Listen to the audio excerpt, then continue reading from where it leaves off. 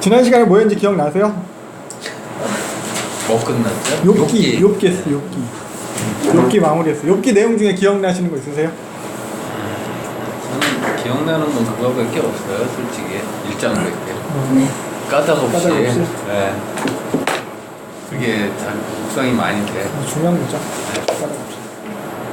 그래서 욥기 지난 시간에 봤는데, 그러니까 전통적인 그 인과응보 사상이 맞다, 뭐 절대적인 거다라는 것에 욥기는 동의하지 않았어요. 그래서 의인도 악인도 뭐 고난받을 수 있다는 걸 얘기했고, 그래서 그 하나님이 우리가 생각하는 그 인간의 범주 안에 그 갇혀 계신 하나님이 아니라 우리가 생각하는 그 옳고 그름을 초월해서 일하시는 하나님이라는 거예요. 그래서 우리가 악하다고 여기는 것들까지도 다 하나님의 섭리 안에서 갑자기 동등한 자리를 이렇게 차지하고 있다. 그러면 막 마지막에 막 베헤몬 얘기하고 리워야된 얘기하고 그런 얘기했었어요. 그러면서 아까 집사님이 말씀하신 그거, 하나님을 경외하는 까닭에 대해서 욥기는 질문을 던져요. 왜 믿나? 복받으려고 믿나? 아니면 그러니까 욥기에서 말하는 건 그거예요. 내가 이렇게 잘했으니까, 내가 이렇게 잘 믿었으니까 하나님이 복 주시는 거다. 이렇게 얘기하고 있지 않아요. 우리가 뭘 해서 받는 게 아니라 하나님께서 말씀하세요. 누가 나한테 줘가지고 받느냐? 다 내가 만들었는데. 그래서 뭘 받아내려고 우리가 믿는 게 아니라는 거예요. 그래서 이걸 통해서 하나님은 욥이 기존의 그런 생각의 틀을, 뭐 신앙의 틀, 인과응보의 틀을 벗어나서 더 높은 차원으로 하나님을 알게 되는 걸 바라셨어요. 그래서 뭐 처음에 사탄이 막 질문하고 사탄이 시험하고 막 하잖아요. 그런 욥의 고난, 이 모든 것을 통해서 하나님께서 결국엔 다 그걸 가지고 이제 자기의 궁극적인 뜻을 이루어 가시는 거거든요. 그 과정이 욥기예요. 그래서 원인을 욥에게서 찾는 게 아니에요.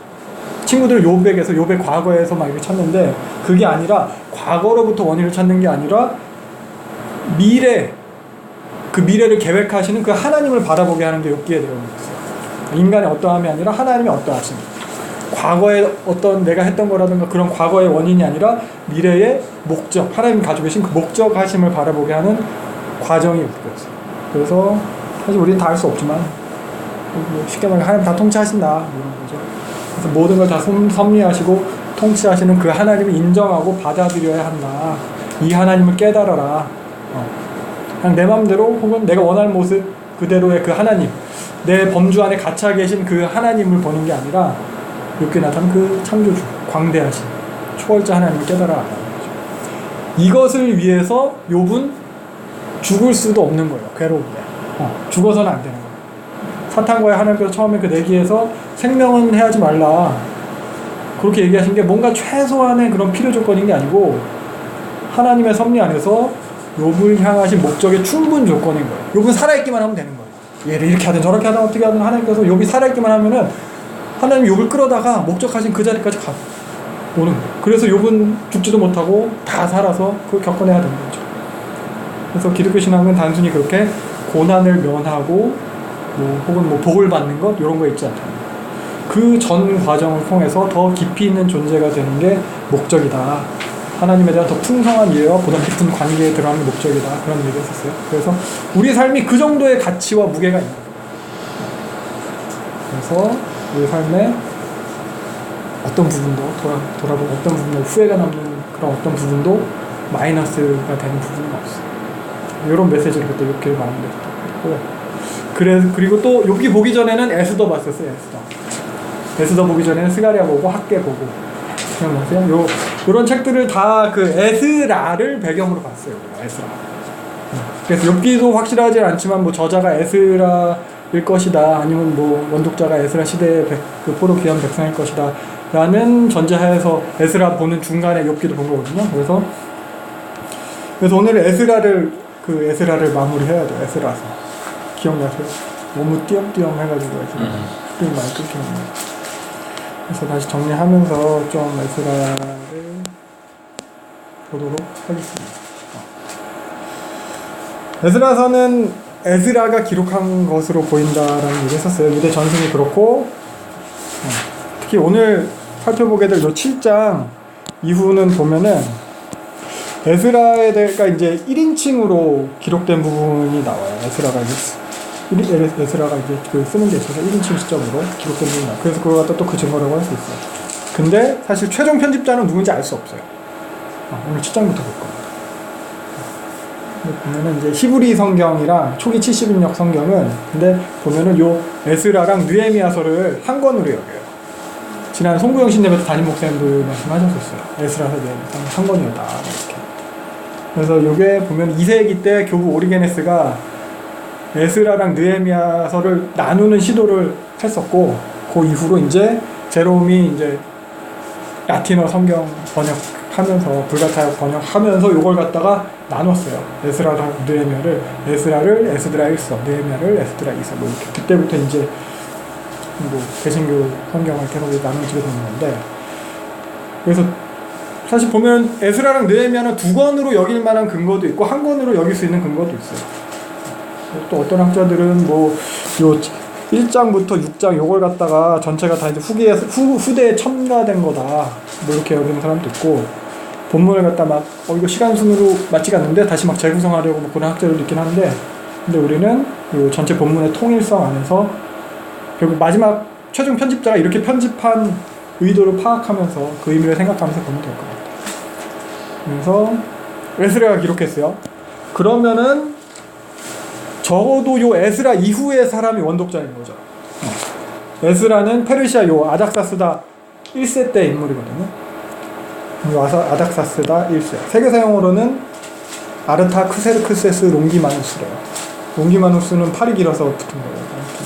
그래서 요 아닥사스다 때 학자고 학자 겸 제사장이라고 제사장 겸 학자 뭐 이렇게 소개가 되고 있어요.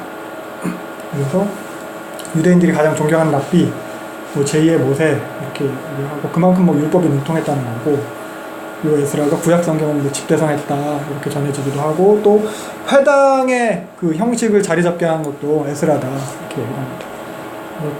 요 에스라가 단순히 히브리 법에만 모세 율법에만 능통한 게 아니고 페르시아의 법에도 모두 능했다고 해요. 그래서 요 아닥사스다 때의 법률 자문관 그리고 또 아닥사스다에 신뢰받는 그런 측근이었을 거예요. 보면은 내용이 왕궁의 문서들을 갖다 어렵지 않게 다 접근해서 볼 수 있는 지위에 있었던 것 같아요.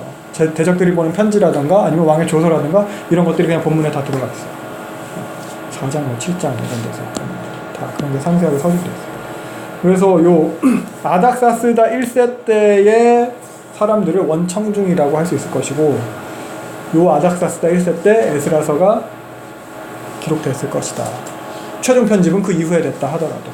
그래서 이 아닥사스다 1세를 갖다 좀 기억하면서 에스라서를 살펴봐야 돼요. 그래서 보면은 요 1장부터 6장까지의 기록은 보면 고레스 다리오 때 이야기잖아요. 그래서 에스라가 살던 시대의 기록이 아니에요.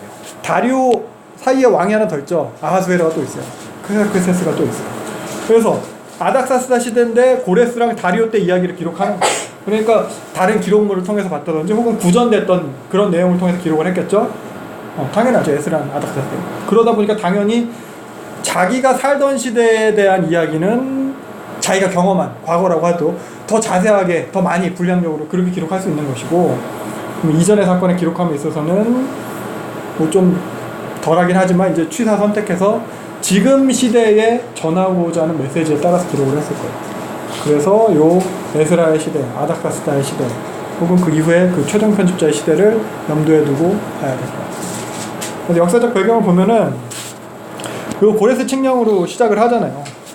그래서 일단 그래서 역대기랑 그 역대기 마지막이랑 그 내용이 같거든요. 그래서 역대기의 저자도 에스라로 보기로 하는데 뭐 요새 또 그렇지 않다고 여기는 분도 또 많기도 한 것 같아요. 비슷한 부분도 있고 다른 부분도 있고 막 그래요.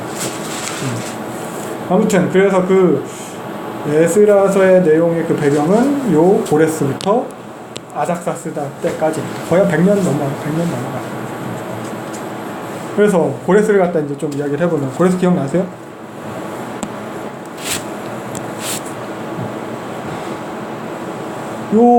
요게 메디아 제국이에요. 크죠? 핑크색. 요 메디아 제국 변방에 여기 페르시아. 여기 출신이에요. 소국가 출신. 지방 소도시. 페르시아의 영주 캄비세스 아들이 고레스예요. 그래서 요 고레스에 대해서 족보를 가지고 오랜만에 또 이야기를 한번 해보면은 고레스 개본데 메대 족속 아하수에로라고 성경에 기록되는 사람이 요 아스티아게스예요. 다니엘서에 나와요. 다니엘서 9장 1절에 이 아스티아게스한테 딸이 있었죠. 만다린 공주랑 딸이 있었죠. 근데 딸이 이제 꿈꿨잖아요. 소변이 제국이 가득 차는 꿈을 꿨잖아요. 그래서 해몽가들이 이거 황제를 잉태했다. 근데 아들이 있었단 말이에요. 아스티아게스한테. 그러니까 아니 아들 손에서 자손으로 황제가 나오면 좋은데 뭐 공주의 씨에서 외손자는 별로 안 좋다. 그래서 지방 소도시의 군주 캄비세스한테 시집 보내는 거예요. 그냥 너 시골로 가라. 그래갖고 근데 또 공주가 또 꿈을 꿨죠. 근데 포도농풀이 배에서 가득 나와가지고 제국을 갖다 이제 가득 더 감싸는 그런 꿈을 꾼 거예요. 해몽한 사람도 이거 황제를 잉태한 거다 이거. 애를 뱄다. 그래가지고 아스티아게스가 공주를 갖다가 이제 수도로 불러가지고 거기서 이제 출산해라 이렇게 해놓고 아들을 갖다 이제 사산된 걸로 해가지고 죽이려고 하죠. 그래갖고 총리 하르파고스한테 시켰는데 그 하르파고스가 자기는 뭐 총리기도 하고 자기 손으로 죽이기도 그래가지고 자기 집에 있는 뭐 산지기 소치는 사람한테 갖다 죽이라고 시켰는데 데려다 키웠잖아요. 그래가지고 결국 그냥 잘 자라가지고 또 여기 동네 애들이랑 이제 좀 어느 정도 커가지고 노는데 임금놀이 하다가 고레스가 이제 요 아이가 결국 고레스죠. 고레스가 이제 왕 할 차례가 돼가지고 자기가 이제 뭐 군대도 조직하고 또 업무를 다 주고 하면서 이제 보고를 철저하게 하고 해서 제대로 안 지키는 막 심하게 막 매질을 한 거예요. 근데 그날 매 마지막인 애가 메데 제국의 귀족의 아들인 거야. 그래서 그 아버지가 화가 나가지고 고레스를 갖다가 고소를 했죠. 아스티아게스한테. 그래서 극적으로 외할아버지와 외손주가 만나게 됐는데 아스티아게스가 보자마자 이제 고레스가 자기 외손주인 걸 알아봤어요. 근데 그때 죽이지 않고 다시 돌려보내죠. 페르시아로. 그러면서 이 사람이 뒤끝이 있어가지고 그 총리 하르파고스를 한테 이제 화풀이를 하는 거죠. 잔치를 베풀고 하르파고스의 상에다가 하르파고스의 아들의 고기로 요리한 음식을 갖다 올려가지고 그걸 먹게 하죠. 그래서 하르파고스는 나중에 이제 그때 뭐 화가 많이 났겠죠. 그래서 고레스랑 연합해서 반역을 해요. 그래서 어렵지 않게 고레스가 메데 나라를 정복을 하게 됩니다. 메디아를 갖다 고레스. 그리고 당시에 바벨론 왕이 나보니두스였는데 이 나보니두스도 사실 요 리바시마르둑에서 이제 반역을 통해서 이제 장수였는데 반역을 해가지고 이제 왕이 됐는데 하란 출신이에요. 하란 출신이고 어머니는 달신 난나 달신 sin 요 신을 섬기던 제사장 사제 출신이에요. 그러다 보니까 이 나보니두스도 달신을 갖다 엄청 열렬하게 섬겼죠. 근데 요 바벨론의 주신은 이제 마르둑이잖아요. 그러니까 마르둑 제사장들이랑 계속 부딪히는 거예요. 그리고 뭐 그러다 보니 계속 원정 다니고 저쪽 하란 쪽에 나름 만날 달신을 섬기는 성지 그쪽으로 나가 있고 하다 보니까 섭정을 했는데 섭정한 왕이 아들 벨사살이에요. 요 다니엘서에 나오는 벨사살 있죠. 그래서 요런 상황에서 고레스는 요 바벨론도 어렵지 않게 정복해요. 그러니까 다니엘서에 보면 하루아침에 이제 뭐 무너졌다고 나와 있는데 그래서 바벨론 사람들은 고레스를 갖다 해방자로 여겼대요. 그래서 고레스가 뭐 쉽게 다 정복을 하고 그리고 다시 뭐 마르둑 친상도 이제 복원시켜주고 복귀해주고 막 그렇게 했다가 그러다 보니까 조그만 나라였잖아요. 여기였는데 여기에서 제국을 이만큼을 다 먹은 거예요. 하루아침에. 나중에 리디아까지 정복을 하니까. 그러니까 하루아침에 대제국이 이뤘어요. 작은 국가의 군주에서 갑자기 황제가 됐어요. 다스릴 역량이 부족한 거예요. 아직 엄두가 안 나는 거예요. 그래서 관용 정책을 피는 거예요. 잡아온 사람들 다 돌아가. 신들도 다 돌려보내. 신전도 건축해주고. 그래서 정치적으로 안정을 꾀하는 거예요. 그러면서 제국에 대한 자기에 대한 충성심을 그리고 세금을 바치도록 하는 거죠. 그래서 고레스 칙령이 있는 이게 고레스 신림도입니다. 최초의 인권 선언문이라고 하는 고레스 신림도. 아무튼 이 고레스 대왕은 이렇게 큰 제국을 만들어 놓고 나중에 마사게타이족 원정 중에 전사를 하게 돼요. 요 고레스가 유대인 포로 귀환도 허락하게 되는 거예요. 성전도 다시 짓도록 허락하는 거예요. 그 동네 가서 니네 신 섬겨라. 그 동네 니네 신 화나지 않게 해라. 그 동네 안정시켜라. 다 보내주는 거예요. 이렇게. 신들의 마음 풀어주면서 제국의 안정을 꾀하는 거예요. 그래서 그런 걸로 인해 통해서 이제 계속 뭐 충성과 세금을 갖다가 이제 받아낼 수 있는 거죠. 글자예요? 네, 글자예요. 잘 모르겠죠? 쐐기 문자래요. 네. 요게 이걸 갖다가 이런 식으로 굴려가지고 찍었다 하더라고요. 이렇게 여기 한 손에 들어올 사이즈가 딱 이 정도 사이즈예요. 그래서 이런 식으로 이렇게 굴려가지고 파나 찍듯이 점토판에다가 저랑 파피루스가 많이 없었으니까 사진 보여주는데 엄청 큰 건 줄 알았어요. 그죠. 사진이 너무 커서 그렇죠. 이거 한 손에 거의 한 손에 들어올 정도 뭐요 그랬죠? 보이겠죠. 안 보일까요? 안 보이면 뭐 할 수 없죠. 몇 개째 그동안 사진 모르겠습니다. 일단 그렇답니다. 대형박물관에 있답니다. 그래서 1차 귀환이 이렇게 시작이 된 거죠. 1차 귀환이 여기 세스바셀 있지 않습니까? 네. 이 사람이 스룹바벨 아니죠? 그게 스룹바벨이다라고 하는 사람도 있고 스룹바벨의 그러니까 삼촌이다라고 하는 사람도 있고 뭐 알 수 없습니다. 그건 뭐 스룹바벨 같기도 하고 아닌 거 그래서 알 수 같기도 없습니다. 하고. 일단은 둘 다 아무튼 세스바살도 총독을 했고 스룹바벨도 총독을 그러니까. 했어요. 근데 스룹바벨은 그리고 성전 짓는 것까지도 관여를 했고 세스바살은 거의 만약에 다른 인물이라 하면은 세스바살은 거기까지는 관여를 안 해요. 스룹바벨은 아니고 만약에 그러니까 이 사람이 근데 같은 인물이라고 하는 사람들도 있어요. 그래. 왜냐면 뭐 다니엘도 뭐 벨드사살 다니엘 뭐 이름 두 개 갖고 페르시 바벨론식 이름 두 개 갖고 있었듯이 세스바살 스룹바벨 뭐 하는데 내용 이렇게 내용상 이렇게 스룹바벨 같기도 하고 그리고 뭐 아닌 것 같기도 하고 이름이 틀려가지고 틀린 사람이겠지. 네. 일단 그런 상황이고요.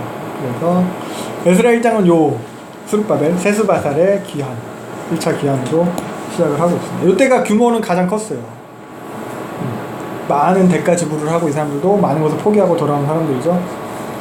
근데 사실 돌아와서 그들이 뭐 그래서 잘 먹고 잘 살고 복 받았냐 해피엔딩이 아니죠. 삶은 무척 어려웠어요. 잔뜩 기대를 가지고 영광스럽게 귀환을 했는데 사실 예루살렘은 사람이 살 수 없을 정도로 형편없이 이제 폐허가 된 곳이었거든요. 그래서 각자 다른 곳에 살게 돼요. 귀환을 했는데 예루살렘에 살지 않아요. 각자의 성읍으로 가요. 이게 에스라 2장까지 해야 됩니다. 2장까지 해야 돼요. 귀환해서 각자 다른 거예요. 근데 그래도 보면은 귀환한 백성들이 보면은 바로 이제 뭐 예물도 드리고 제산도 만들고 초막절도 지키고 그래요. 예배도 하시고 초막절도 지키고 귀환 2년 만에 그래서 성전도 귀환한 지 2년 만에 다시 짓기 시작했는데 얼마 지나지 않아서 바로 이제 대적들의 방해를 직면하고 백향목도 없고 뭐 그러다 보면 바로 공사가 중단되죠. 요게 이제 3장 4장 내용 공사 중단돼요. 그래서 보면 4장에서 보면은 시간의 흐름이 좀 약간 헷갈릴 수 있거든요. 느끼셨는지 모르겠지만 사실 잘 모르면은 그냥 그런가 보다 하고 넘어가요 이거는. 근데 공부를 좀 해서 아는 사람이면 오히려 더 헷갈리게 되는 거예요.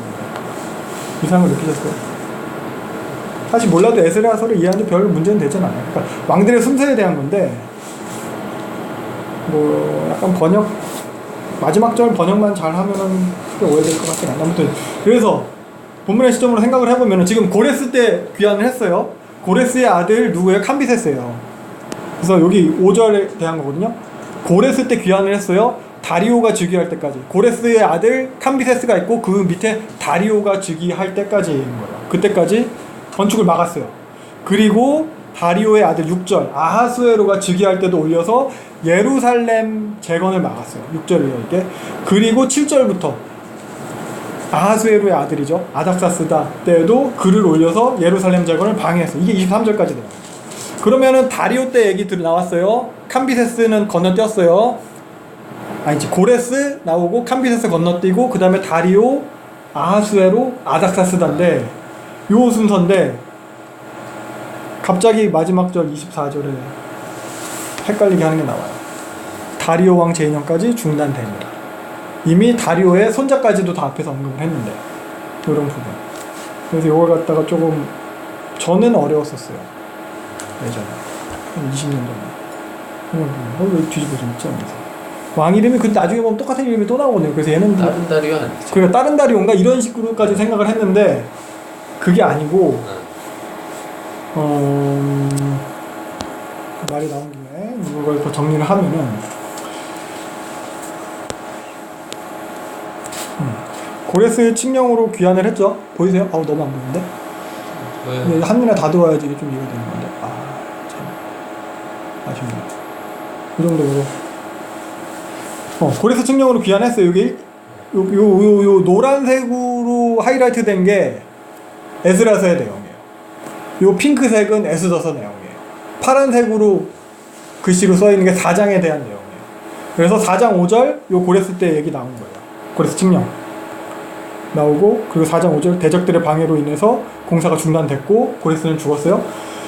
그리고 캄비세스 2세가 즉위했어요. 이때까지도 대적들의 방해로 성전은 계속 중단되고 있는 중이에요. 캄비세스는 뭐 이집트 정복하고 나중에 북으로 돌아오다가 사망을 해요. 이때 캄비세스가 사망한 게 갑자기 죽거든요. 뭐 자살이라는 설도 있고.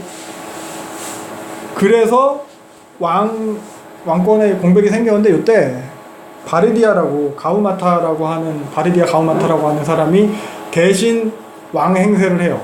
요 캄비세스의 동생이 스멜디스가 있었거든요. 스멜디스가 되게 인기가 많았는데 스멜디스 행세를 하면서 왕인 척 하고 있던 걸 갖다가 이제 다리오가 어떻게 보면 진압을 한 거죠.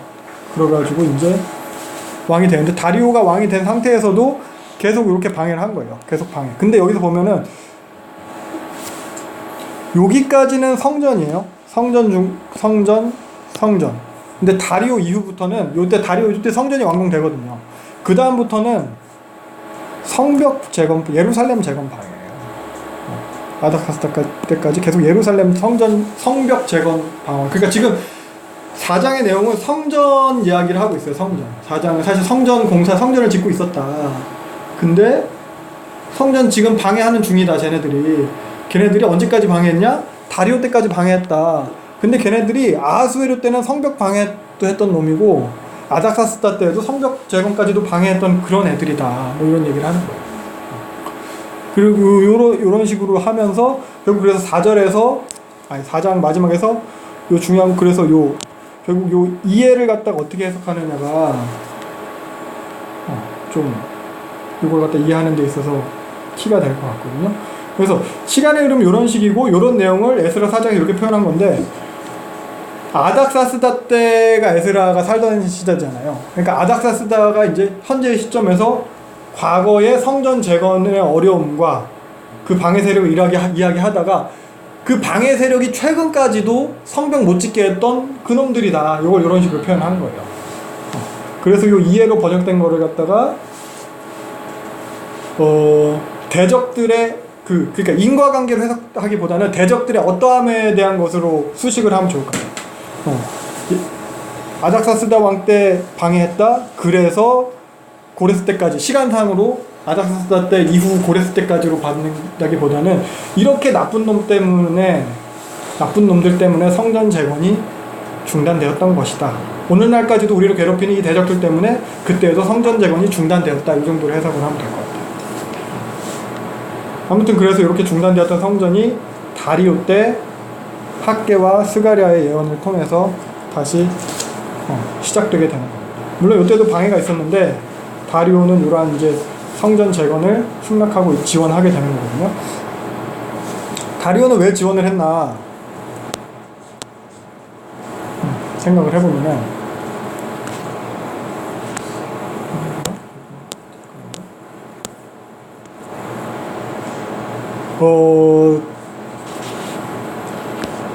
캄비세스는 고레스의 아들이었어요. 고레스는 대왕이었고 다 해방시켜가지고 인기도 되게 많았고, 캄비세스는 그 정통성을 잇는 왕자였죠. 근데 캄비세스가 죽었단 말이에요. 그리고 가우마타라는 이제 가짜 왕이 캄비세스의 동생 스멜디스 행세를 했어요. 그랬는데 요 다리오가 이 스멜디스를 갖다가 이제 진압을 하고 왕이 됐잖아요. 근데 뭐가 다르냐는 거예요. 얘도 정통성 없던 애고 얘도 그럼 정통성이 없는 애예요. 제국 곳곳에서 그래서 반란이 일어나기 시작했어요. 처음 즉위해서 1년 동안 19번의 전투를 하고 9명의 왕을 사로잡았어요. 그러니까 물론 뭐 진압은 갖다 잘 했어요. 성공적으로 했어요. 근데 자기에게도 필요한 건 정통성이거든요. 그런 정통성이 필요하던 차에 편지가 왔고 확인해 보니까 고레스 때 시켜서 짓는 거다. 그래서 자기가 이제 고레스를 계승한다라는 것을 갖다 보여줄 필요가 있거든요. 그래서 고레스의 정신을 계승해서 고레스 칙령에 나타난 그대로 성전을 갖다가 짓는 것을 전폭적으로 또 지지를 해주는 거예요. 그런 식으로. 지금 정치적으로 이 사람도 이용을 하는 거예요. 그런 상황 하에서 이제 다리오는 처음에 뭐 대적들이 이제 계속 방해해서 성전이 중단되고 있었던 상황이었지만 그 고레스 칙령이 발견되고 나서는 그걸 갖다가 이제 지지를 해주게 됩니다. 그래서 그때 고레스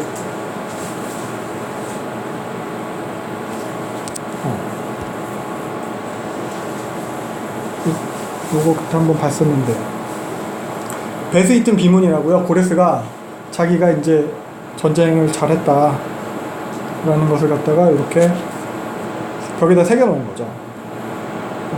여기부터 가야 돼. 요거 보면은 요거잖아요.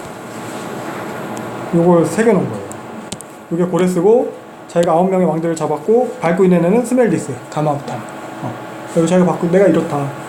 근데 요거는 아후라 마즈단이라고 조로아스터교의 신이에요. 사실 이 사람은 마르둑을 숭배하지도 않았어요. 조로아스터교였어요. 그래갖고 요걸 갖다 이렇게 벽에다 새겨놨대요. 그 길목의 요충지에다 교통의 요충지 여기 길목에다 세워가지고 오가는 사람 다 볼 수 있게. 그래서 이게 위에서 본 거고 밑에 내려다 보면 이렇대요. 여기 못 올라가는 건데 여기로 어떻게 찍었는지 모르겠어요. 여기 통제할 텐데 누가 한번 찍었나 보죠.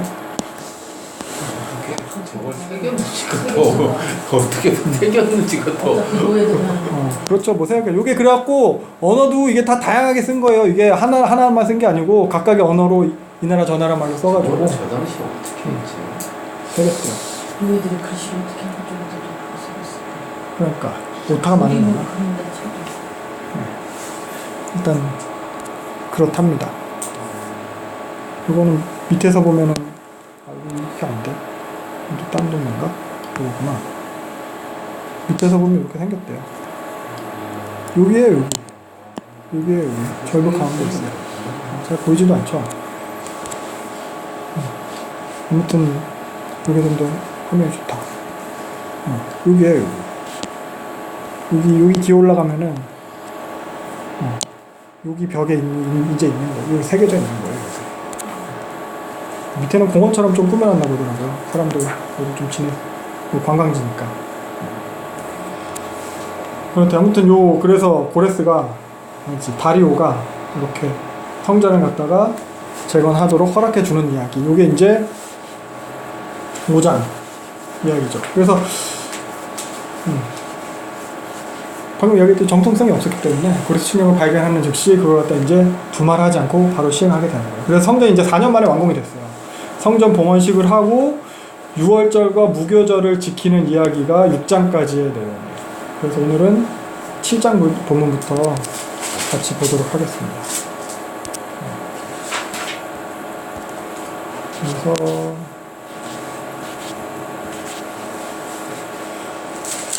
6장과 7장 사이에는 근데 보면 사실 요 기간이 58년 정도의 시간적 간격이 있거든요. 그래서 516년에 이제 성전이 완공됐죠. 에스라는 2차 기간 458년에 하거든요. 그러니까 요 사이에는 사실 에스더서 이야기가 있죠. 우리가 지난번에 봤던 에스더서 이야기 그게 있는 거고, 그래서 페르시아 본토에서 있었던 이야기고, 에스더서 이야기는. 그래서 예루살렘에서는 그동안 어떤 일이 있었는지는 사실 잘 모르겠어요. 요 시기에 이제 스룹바벨이 이제 사라져 버리는 거고, 스룹바벨 총독이었는데 총독이 사라져 버린 걸로 봐서 아마도 이때 예루살렘 지역이 사마리아에 그냥 속주로 편입이 되었을 것이다. 그리고 그냥 그나마 대제사장이 지도자의 역할을 했을 것이다. 그렇게 여겨지고요. 요때 이제 비로소 이제 에스라가 등장을 하는 겁니다. 그래서 7장 예루살렘으로 2차 기한이에요. 때는 이제 페르시아 아닥사스다 때고요. 그래서 에스라에 대해서 이렇게 소개를 하고 있어요. 역대기 6장에 보면은 요거보다 좀 에스라의 좀 더 정확한 그 족보 명단이 나오는데, 여기서는 에스라를 갖다가 결국 이런 식으로 쭉 소개하는 거는 혈통의 그 정통성을 갖다 보여주는 거라고 할 수 있어요. 아론의 자손이다. 그리고 제사장 가문이다. 이런 거 갖다 보여주는 거예요. 에스라의 이름 뜻은 돕는 자 이런 뜻이에요. 동명자. 그래서 뭐 도우시는 하나님 이 정도로 뭐 의역을 하기도 하더라고요. 6절 보면은 아까 말했듯이 에스라는 제사장일 뿐만 아니라 학자예요. 모세의 율법에 익숙한 학자. 그래서 아까 말했듯이 환경 뭐 집대성하고 회당 제도를 정립하고 그런 사람이에요. 그리고 모세 율법뿐만 아니라 페르시아의 법에도 능통해서 아닥사스다의 법률 자문관 이 정도로 여겨져요. 그래서 에스라를 부르는 명칭이 학자 겸 제사장이에요. 7장에서 한 4번, 3번, 4번 정도 반복해서 그렇게 나와요. 7장, 11절, 12절, 21절 다 학자 겸 제사장. 그래서 요 에스라를 설명하는 데 있어서 보면은 왕한테 구하는 것은 다 받은 자다. 이렇게 6절 그렇게 나와 있어요. 그만큼 왕의 총애를 받았다는 거죠. 이런 표현들이 다 에스라의 자격에 대해서 이야기하는 거거든요. 완벽한 자격을 갖춘 자라는 거, 이걸 강조하는 거예요. 뭐 금수저, 엄치나 뭐 이런 정도 생각할 수 있을까요? 아무튼 그리고 이렇게 된 이유에 대해서 여호와의 도우심이라고 이야기하고 있어요. 결국 모든 공은 다 하나님한테 있어요. 다 하나님의 은혜인 것으로 하나님께서 하신 것으로 뭐 성경이 다 그렇지만 요 에스라서도 그렇게 표현하고 있습니다. 그래서 7절부터 10절 요 부분은 이제 에스라가 예루살렘으로 결국 올라왔다는 얘기인데 아닥사스다 7년이에요. 기원전 458년 1월 1일 요때 길을 떠나서 5월 1일에 그러니까 예루살렘 도착해서 만으로 4개월 정도 걸린 거예요. 이때 여름이에요. 우기 시작되고 여름이에요. 감기 끝나고 겨울이 시작. 더울 때, 한참 더울 때 힘들었을 거예요. 그래서 이 에스라가 올라온 목적은 10절. 율법을 연구하고 행하고 가르치기 위함이다. 이렇게 얘기해요. 그러면서 11절부터 26절은 에스라의 귀환에 대한 그 아닥사스다 칙령에 대한 내용이거든요. 그래서 12절부터 26절까지는 아람어로 기록되어 있어요. 이 사람은 히브리 사람이 아니었으니까 아닥사스다는. 그래서 조서의 내용은 뭐 에스라의 귀환에 대해서 전폭적으로 뭐 다 지지하겠다 이런 내용이에요. 그게 강조돼요. 그래서 특별히 강조되는 것은 율법이랑 성전을 갖다 강조해요. 그래서 성전에 드리는 그 예물에 대해서 상당한 양을 지원하고 있어요. 22절 보면은 오늘 100달란트까지. 100달란트 3.4톤 정도 된대요. 밀은 100골가. 요거는 22,000리터 되고 요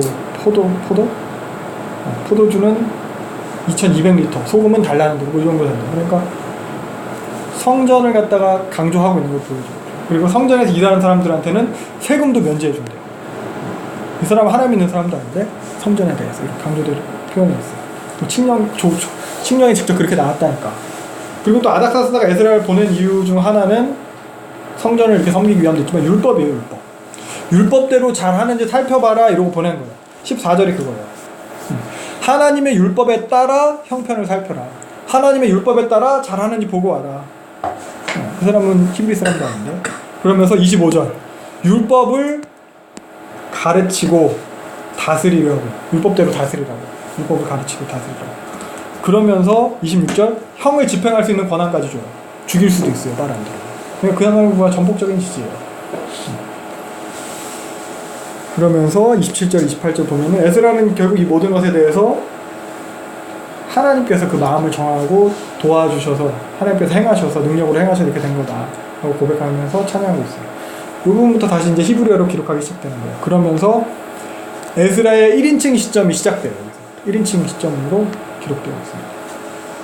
그래서 돌아오게 되는데 생각해 볼 것은 아닥사스다는 왜 그랬나? 아닥사스다는 왜? 아까 에스라 4장에서도 봤듯이 아닥사스다는 대적들의 편지를 받은 다음에 예루살렘 성벽 재건을 중단시킨 왕이거든요. 그때도 조서 내용이 이거예요. 그래 그 성은 항상 폐역했다. 반역하려 했다. 당장 건축하지 못하게 해라 성. 그리고서 내가 기다려라. 어떻게 나한테 손에 끼치는 일 그거 하냐. 이렇게 했던 사람이 에스라를 보내면서 그렇게 전폭적인 지지를 해줘요.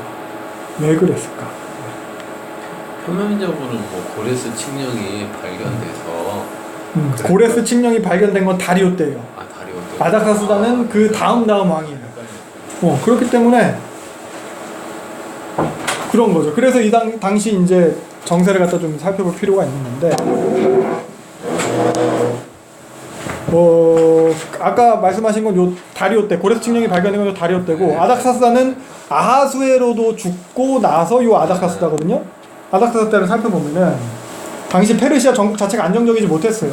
불안했어요. 왜냐면은 선대 왕들이 뭔 짓을 했냐? 무리하게 그리스 원정했어요. 다리오 2번의 원정했죠. 트라키아 해전 패배했죠. 마라톤 전투 패배하고 그리고 나서 다리오가 죽었어요. 그리고 아수에로도 마찬가지죠. 그리스 원정 준비해가지고 요 살라미스 해전에서 패배하고 온 거야. 이게 영화 300의 배경이잖아요.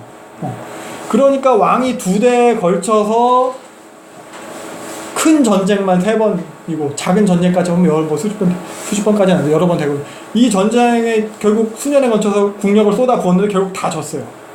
제국의 위신이 땅에 떨어졌죠. 게다가 이 아닥사스다도 보면은 아수에로 암살하고 형 죽이고 나서 왕 된 게 아닥사스다예요. 아수에로 죽였어요. 아버지. 장자가 아니에요. 적자예요, 적자. 그러다 보니까 이런 상황이니까 결국 제국 곳곳에서 이제 반란이 일어나는 거예요. 어쩌면 그런 반란들이 일어나니까 그래서 예루살렘 성벽 재건도 중단시켰는지도 모르겠어요. 저거 반란의 기미 아니냐 이러면서.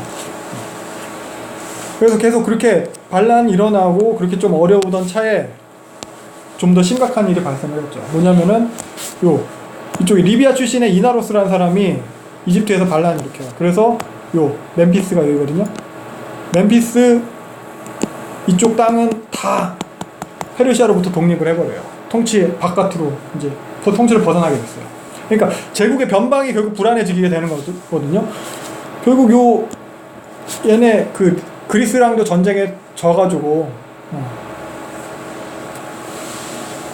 조약 이름 생각 안 나네요. 아피네아 평화 조약인가?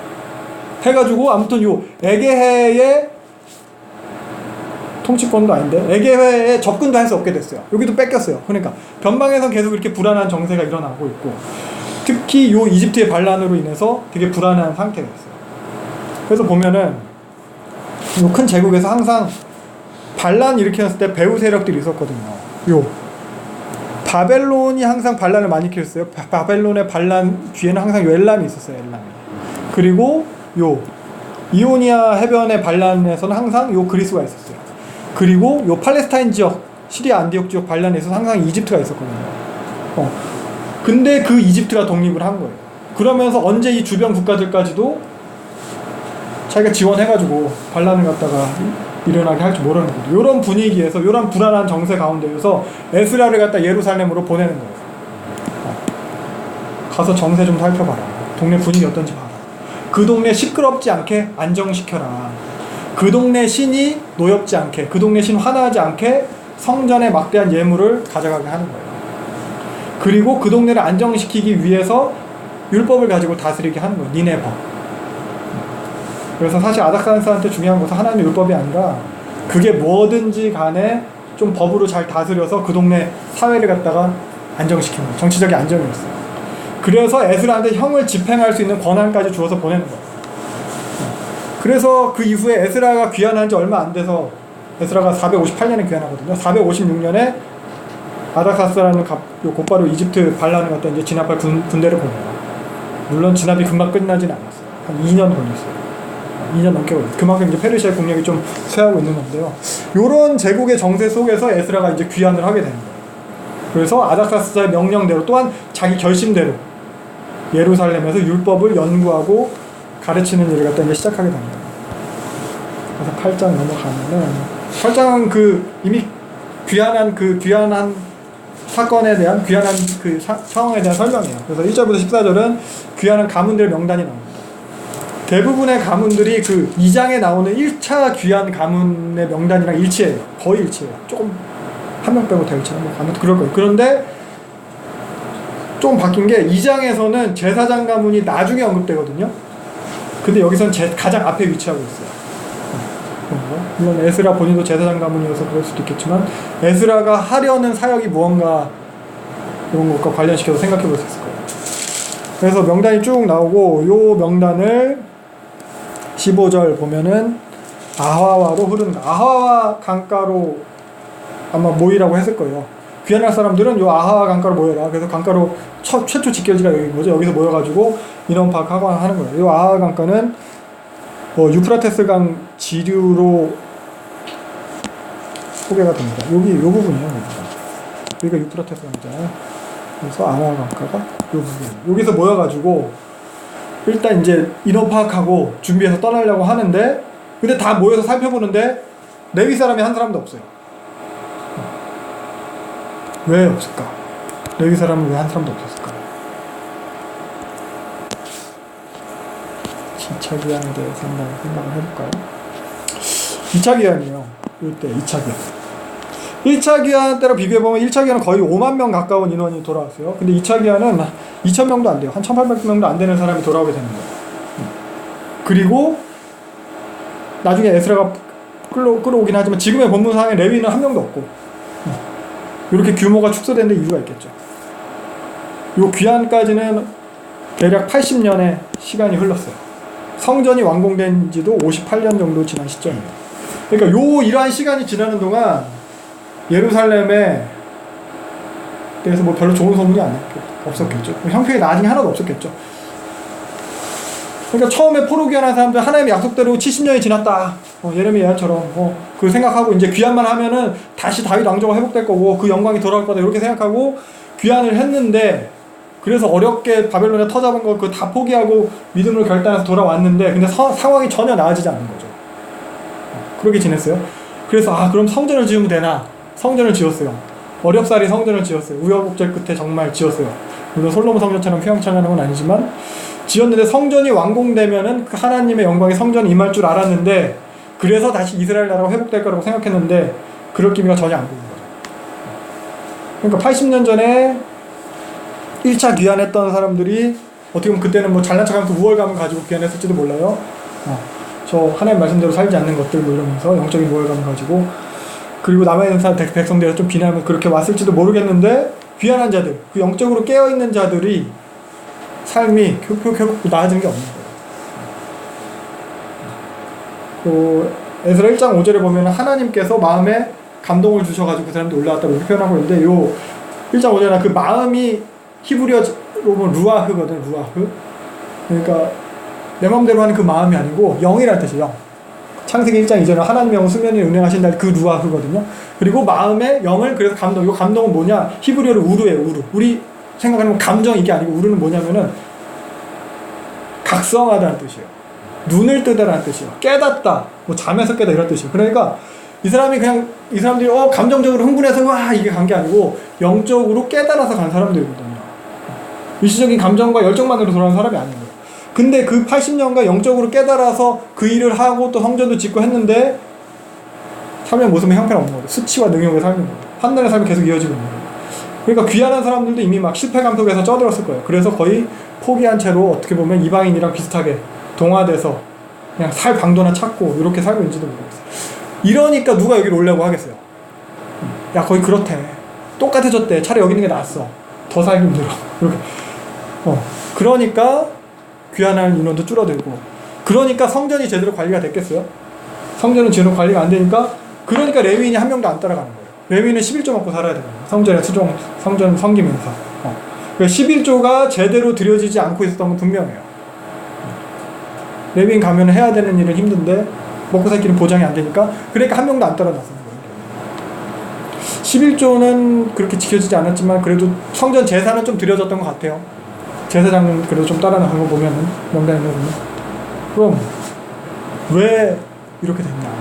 하나님 약속대로 포로 기간이 끝나서 귀환됐고 하나님 말씀대로 성전도 지었는데 왜 이런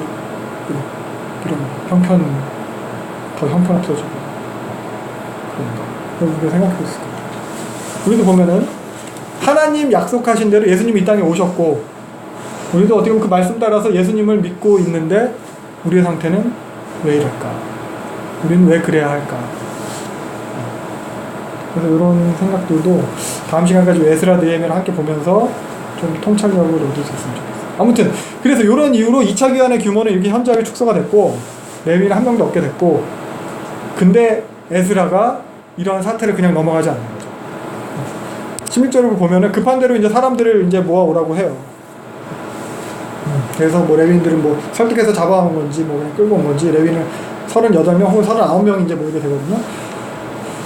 그리고 그에 더불어서 20절 보면은 성전에서 수종 드는 사람, 느디님 사람들이 이제 모여요. 220명 정도. 어쩌면 이 느디님 사람 때문에 그나마 레위인들이 합류를 한 건지도 모르겠어요. 우리 일 덜어줄 사람이니까. 느디님은 뜻은 주어진 자들이라는 의미거든요.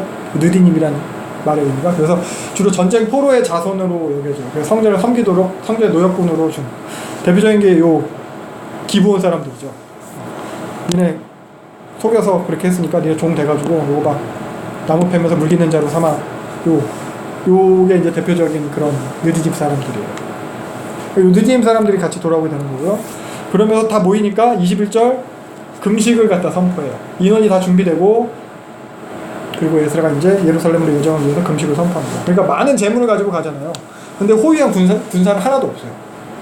평소에 하나님이 도우신다고 막 얘기하고 다녀가지고 차마 이제 왕한테 이제 병사를 달란 말을 못했다는 거예요. 그러니까 하나님에게 바쳐질 하나님의 것, 하나님의 예물을 이방인 병사에게 지키게 할 수 없다고 이런 의미를 가졌다고 하기도 해요. 하나님 것이니까 하나님께서 지키신다.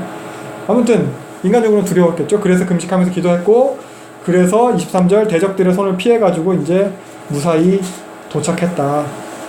그리고 갖다 이렇게 응낙하심을 입었다라고 이렇게 표현하고 있습니다. 그러면서 24절부터 30절은 이제 성전에 바칠 예물을 갖다 이제 준비하는 거거든요. 그래서 그걸 갖다 예루살렘에 도착하기 때까지 제사장과 레위인들한테 이제 이걸 갖다 지키라고 해요. 요거 시키려고 레위인들 찾은 걸지도 모르겠습니다. 아무튼 31절부터 쭉 보면은, 그래서 1월 12일에 아하와 강을 떠나서 7장에 나타났듯이 5월 1일에 예루살렘에 도착하게 됩니다. 그리고 35절 보면은 도착해서 한 3일 쉬고 4일째 되는 날 성전에 예물을 다 바치고 번제와 속죄제를 드리고 해요. 그러면서 36절 왕의 그 조세를 전해서 그 총독들에게도 성전을 돕도록 하는 거예요. 그래서 다시 에스라가 왜 예루살렘이었어요? 아닥사스다가 예루살렘으로 보낸 이유가 있죠. 성전과 율법이었어요. 성전 잘 섬겨라. 그리고 율법 가르치고 연구하고 행하고 뭐 이렇게 율법대로 하게 해라. 그래서 여기까지 보면은 성전은 일단 잘 섬긴 것 같아요. 예물도 바치고 뭐 제사도 드리고 속죄도 드리고 번제도 드리고, 그리고 총독들을 통해서 성전 돕게 하고 성전은 잘 섬겼어요. 그럼 이제 뭘 해야 되냐? 율법이에요. 율법을 연구하고 행하고 가르치는 일이 이제 에스라가 이제 본격적으로 해야 되는 일인 거예요. 9장으로 넘어가 보면은 1절 백성의 지도자들이 이제 에스라한테 나왔어요. 그리고 이방인 통합 문제를 갖다 고발을 해요. 1절에 나타난 그 가증한 일이라는 이런 표현은 보통 이제 우상숭배 풍습을 말할 때 많이 쓰이거든요, 성경에서. 그래서 이방인이랑 통혼을 통해서 좀 다른 신도 좀 섬기고 뭐 이런 문화나 관습을 섞이고 막 그랬던 것 같아요. 그리고 여기서 언급된 족속들을 보면은 모세의 율법에 의하면 진멸해야 될 족속들이거든요. 신명기에도 보면은 헷족속, 기르기스족, 아모리 족속 이런 사람들 불쌍히 여기지도 말고, 혼인하지도 말고, 주지도 말고, 며느리로 삼지 말고 그래라. 얘네들 너 유혹해서 하나님 떠나게 한다고. 그런 족속들이었어요. 그리고 모압과 암몬에 대해서도 여호와의 총에 들어오지 못한다. 영원히 들어오지 못한다. 이렇게 발람을 통해서 저주하게 해서 니네 음행하게 했기 때문에, 우상 숭배하게 했기 때문에. 그리고 또 애굽에 대해서도 이런 식으로 이야기를 하고 있어요. 근데 사실 여기 언급된 가나안, 헷, 브리스, 여부스, 아모리 이런 족속들은 아닥사스다 당시에는 이미 사라지고 없는 족속이에요. 없는데 여기에는 이렇게 언급을 하고, 사실 모압, 암몬도 조금밖에 안 남았고 애굽이나 그냥 많이 남았어요. 근데 이런 식으로 언급하는 것은 부재하고 존재하지 않는 이 족속들을 언급함을 통해서 모세의 율법을 갖다 생각나게 하는 거예요. 여기는 진멸돼야 되는 일, 해서는 안 되는 일 하고 있다. 그리고 율법 염두에 둔 표현을 하고 있는 거예요. 그것도 누가? 율법을 가르쳐야 할 제사장과 레위인들, 그런 백성의 지도자들이 그러고 있다는 거예요. 그래서 이러한 소식을 듣고 3절부터 에스라가 이제 반응을 하는데, 옷을 찢고 머리털을 수염을 뜯고 막 기가 막히게 앉아있대요. 지극한 슬픔의 표현이죠. 지난 시간 욥기에서도 욥의 모습을 통해서 우리가 볼 수 있던 그런 표현이에요. 그래서 4절부터 보면은 이러한 에스라 앞으로 하나님을 경외하는 백성들이 보입니다. 그래서 말씀으로 인해 떠는 자 이런 표현이 하나님의 말씀을 준행하기 위해서 힘쓰는 자 이런 식의 표현이에요. 그래서 뭐 다른 성경에도 그런 식으로 표현이 되어 있습니다. 사용되고 있고요. 그래서 에스라의 반응, 이때 에스라의 그런 심정에 대해서 좀 생각을 해볼 수 있는데, 그러니까 백성의 지도자들이 저 모양인 거예요. 하나님의 말씀을 가르쳐야 될 자들이 도리어 이제 앞장서서 말씀을 어기고 있는 거예요. 하나님께 더 구별돼야 될 그런 제사장과 레위인들이 도리어 그렇게 세상과 더욱 동화되는데 으뜸이 되는 거예요. 근데 에스라는 이 사람들이랑 같이 그 말씀 연구하고 행하고 가르쳐야 되거든요. 그래서 돌아올 때 그 레위인 하나도 없다니까 레위인 다 찾아오라고 얘기를 하는 거예요. 그래서 그 말씀으로 개혁을 하러 왔는데, 말씀으로 새롭게 하려고 왔는데 같이 해야 될 사람들이 저러고 있으니까 에스라 마음이 어떻게 되는 거죠. 아무리 말씀을 잘 연구하고 아무리 말씀을 잘 가르친다고 해도 행태가 저런데 그 말씀의 권위가 서겠냐. 그래서 에스라가 6절 낯뜨겁고 부끄럽고 그래서 감히 얼굴을 들지 못하겠다, 이렇게 기도를 하고 있습니다. 그러니까 말씀을 가르쳐야 될 자들이 세상과 동화돼서 세상의 논리에 따라서 그렇게 행하는 거예요. 세상의 가치를 추구하는 거예요. 말씀의 권위가 서지 않는 거죠. 근데 뭐 지금도 마찬가지죠. 김삼한, 김하나 부자가 추구하는 것을 보면은, 명성교회의 모습을 보면은 말씀대로 하는 것 같지는 않은 것 같아요. 그러니까 교회의 행태가 이런데 거기를 갖다 그렇게 막 어떻게 보면 뭐 통과하게 해준 뭐 동남노회, 그리고 총회, 최근에도 총회에서도 뭐 사실 면죄부를 준 거거든요. 편법을 써가지고 그렇게 좀 나중에 좀 지연되는 방법을 할 수 있게 해줬죠. 그것도 안 지키고 있어요, 사실. 몇 년에 2022년이고요. 그때 다시 청빙하면은 하게 해주겠다라고 했는데 그것도 안 지키고 있어요. 총회의 결정. 지금도 그냥 계속 하고 있다고 해요. 그러고 있는 거예요. 그러니까 사실 총회도 그렇게 하면 안 되는 거죠. 그러니까 총회 행태가 이렇고 노예 행태가, 교회 행태가 이렇고 말씀 가르쳐야 될 사람들 행태가 이런데, 아무리 우리 요번 표가 그거죠. 말씀으로 새로워지는 교회, 이런 표를 내건다 하더라도 그런 가르침의 권위가 서겠냐고. 밖에서 보기 어떻겠냐고. 말씀을 연구하고 행하고 가르쳐야 될 그들이 더욱 앞장서서 그렇게 세상과 동화돼서 세상 이치를 따르고 있는데, 에스라가 그래서 감히 얼굴을 들지 못하고 있는 거죠. 그래서 6절부터 15절까지가 에스라의 기도문이에요. 그래서 에스라가 하나님께 드리는 요 기도이긴 한데, 요게 개인적인 기도라기보다는 설교에 가까워요. 백성들 들으라고 하는 거예요. 백성들 가르치기 위한 목적입니다. 그래서 성경의 다른 뭐 기도문은 대부분 시로 되어 있거든요. 음문으로 되어 있거든요. 이 부분은 산문으로 되어 있어요. 그 내용은 보면은 이런 죄악에 대해서 좀 회개하는 건데, 조상들로부터 죄악 때문에 우리가 이렇게 포로로 잡혀갔다. 그런데도 하나님 은혜를 베푸셔서 우리 이렇게 다시 다 돌아올 수 있게 해주셨는데, 우리 죄로 따지면 싹 다 죽어서 없어지는 게 마땅한데 하나님께서 우리의 형벌을 갖다 가볍게 해주셔가지고 우리가 이렇게 살고 있는 건데, 그나마 이렇게 남게 돼. 근데 또 계명을 어겼다. 이방 여인과 통혼했다. 감히 하나님 앞에 우리가 설 수가 없다.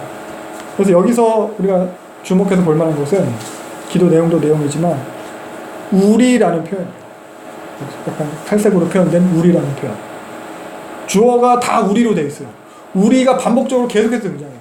10절이 채 안 되거든요, 이 기도문이. 근데 그 19절이 채 안 되는 요 본문 안에 30번 가까이 등장해요, 우리가.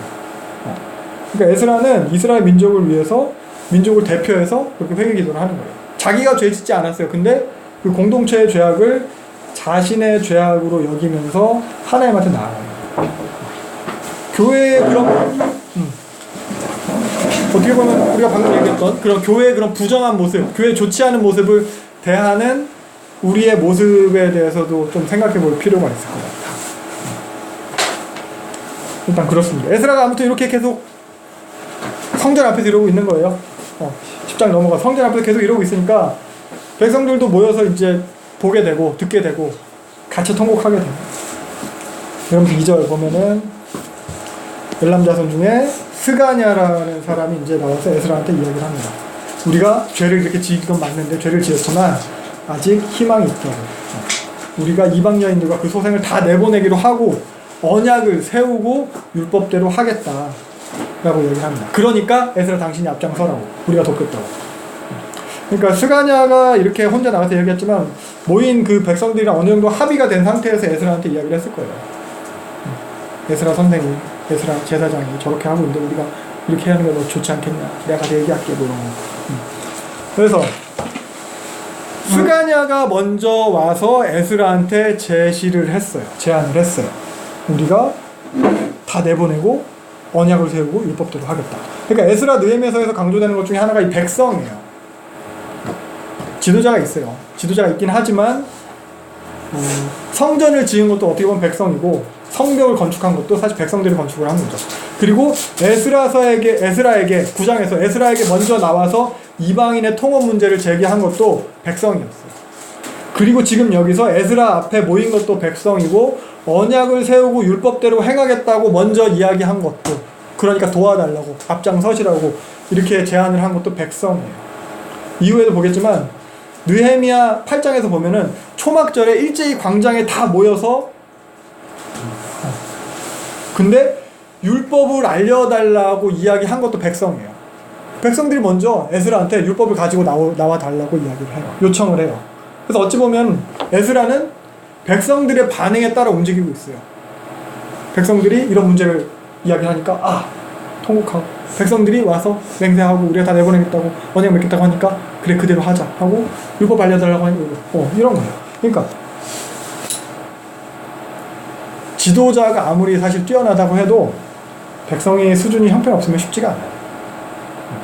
백성의 수준이 돼야지 지도자도 역량을 발휘할 수 있어요. 그러니까 에스라서에 의하면 아까 처음 봤듯 귀환한 백성, 1차 때 귀환한 백성들 감정대로 온 사람들이 아니잖아요. 뭐 이익 따라 온 사람들이 아니에요. 영적인 각성을 하고 깨달아서 귀환한 자들이거든요. 그리고 아무튼 백성들은 그런 백성들이요. 그리고 에스라의 이름 뜻 뭐라고 했죠? 돕는 자예요. 그래서 어찌 보면 의아하게 들릴 수도 있는데 어떻게 보면 당연한 말인데 개혁의 주체는 백성이에요. 에스라는 돕는 자예요. 뭐 이게 에스라를 폄하하는 게 아니고 그 개혁의 주체에 대해서 얘기하는 거예요. 그래서 에스라가 백성들의 개혁을 갖다 이렇게 해주는 게 아니고 백성들 스스로가 개혁의 객체이자 주체가 되는 거예요. 교역자가 아니라 성도가 움직여야 돼요. 그리고 담임 목사님이 설교하신 거예요. 2017년 10월 달에 한국교회 개혁에 대해서 말씀하신 거예요.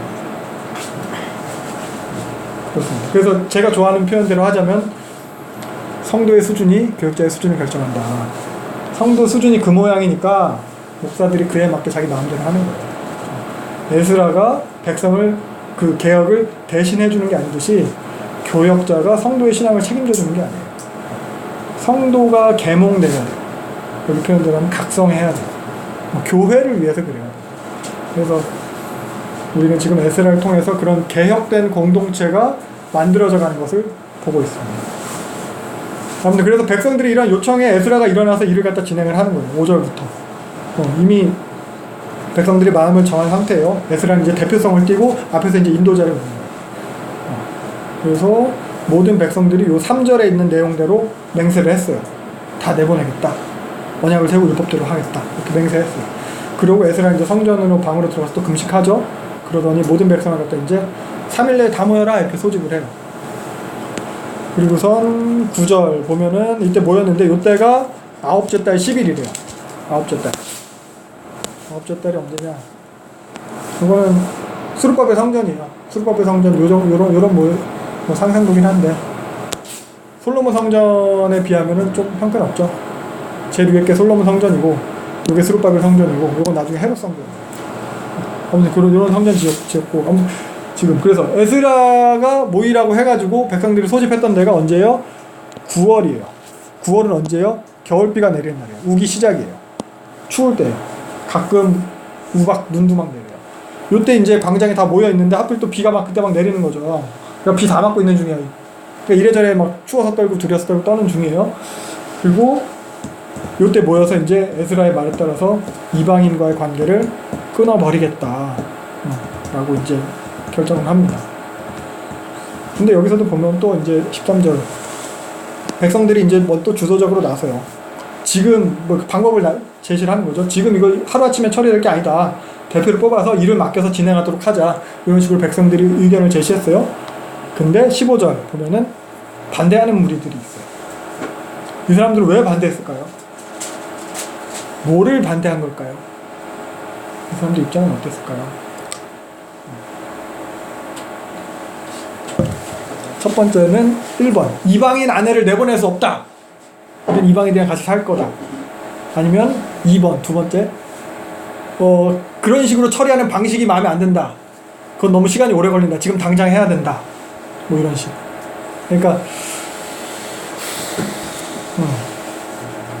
저는 두 번째 견해를 지지합니다. 그러니까 이방인 아내를 내보내는 것에 대한 반대를 하는 게 아니라 내보내는 건 당연히 찬성인데 보다 신속하게 해야 된다. 빨리 처리해야 된다. 이거를 살다가 내버리는 이거요. 그래서 그러니까 요 근거가 뭐냐면은 아까 10장 11절에 나왔듯이 모든 회중들이 일단 그렇게 끊어버리기로 다 얘기를 한 상태예요. 여기서 반대를 하기가 어렵죠. 그리고 두 번째 이유가 뭐냐면은 요 인물들이 여기 나온 인물들 이름들이 보면 뒤에 보면 이방 여인과 통화하는 사람 명단이 쭉 나오잖아요. 그 명단에 이 사람들이 이름이 안 나와요. 관계 없는 사람들이에요, 이 사람은. 이방 여인과 통화하는 것에. 그리고 여기 삽부대 같은 경우는 레위 사람 삽부대 같은 경우는 느헤미야 8장 7절에 보면은 다른 레위인들이랑 함께 에스라를 도와서 백성들에게 율법을 가르치는, 율법을 깨닫게 하는 그 사람이에요. 사부대예요. 8장 7절. 악국과 사부대와 이 사람들이 레위 사람이랑 이제 도와가지고 하거든요. 그러니까 율법을 가르치고 율법을 같이 하는 이런 사람이었다는 거예요. 그러니까 뭐 반대하진 않았을 것 같아요. 그리고 사실 뭐 반대할 것 같으면 이렇게 비 맞으면서 모이지도 않았을 거고, 그리고 에스라한테 아까 뭐 7장에서 봤듯이 형을 집행할 수 있는 권한이 있기 때문에 율법대로 안 하면 뭐 죽일 수도 있는데 뭐 반대했으면 이 사람들이 반대를 어떻게 처리했다 이런 얘기가 나는데 그런 얘기도 없는 걸 봐서는 내보내는 것 자체를 반대하는 것이 아니라 그 방법에 대한 반대였던 것 같아요. 아무튼 그래서 16절 보면은 10월 1일에 조사를 시작해가지고 그 다음 해 1월 1일에 조사가 마쳤어요. 그러니까 3달 걸렸어요. 꽤 오래 걸린 거예요. 그러니까 재판이랑 심사가 좀 엄밀하게 진행이 되었던 것 같아요. 그래서 걸려든 사람이 100명 정도, 110명 뭐 정도 돼요. 그러니까 3달 동안 조사해서 걸린 게 100명이에요. 많은 숫자는 아니에요. 그러니까 아마도 이걸 갖다 어떻게 이야기를 하냐면은 이방인이라 할지라도 좀 이렇게 걸러준 거예요. 진심으로 여호와 하나님을 섬기는 그런 이방의 풍습에서 떠난 사람들에 대해서는 받아들여 줬을 것이다. 그 근거가 요 에스라서, 같은 에스라에 나온 6장 21절. 이스라엘 사람들에게 속해서 하나님을 찾는 자들이 다 같이 6월절 지키는 거죠. 맞나요?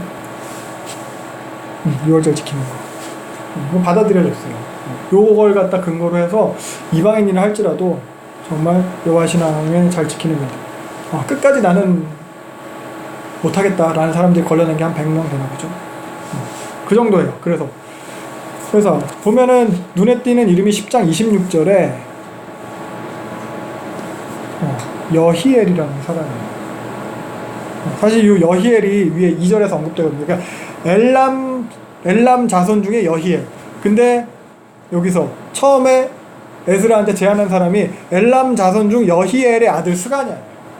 그러니까 스가냐는 어떻게 보면 자기 아버지가 이방 여인이랑 통혼을 한 거예요.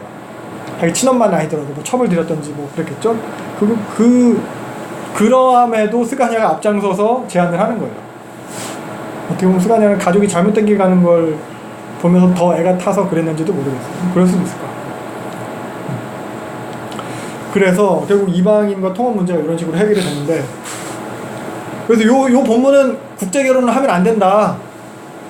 요걸 이야기하는 본문은 아닌 거죠. 그러니까 인종이나 국적에 대한 문제는 아닌 거예요. 그래서 중요한 것은 사실 하나님 백성으로서 이제 민족의 순수성 유지, 정체성 그 유지거든요. 그러니까 이방인 배우자라 하더라도 하나님의 백성으로서의 정체성을 유지하는데 방해가 되지 않으면은 문제가 없을 거예요. 그러니까 결국 이방인과의 결혼을 통해서 결국 하나님과의 백성이라는 그 정체성이 사라지고 그런 또 구별된 그 거룩함 없이 그 이방인과 다를 바 없이 그들과 동화되기 때문에 그게 문제가 되는 거거든요. 그러니까 이러한 문제는 우리가 보기에는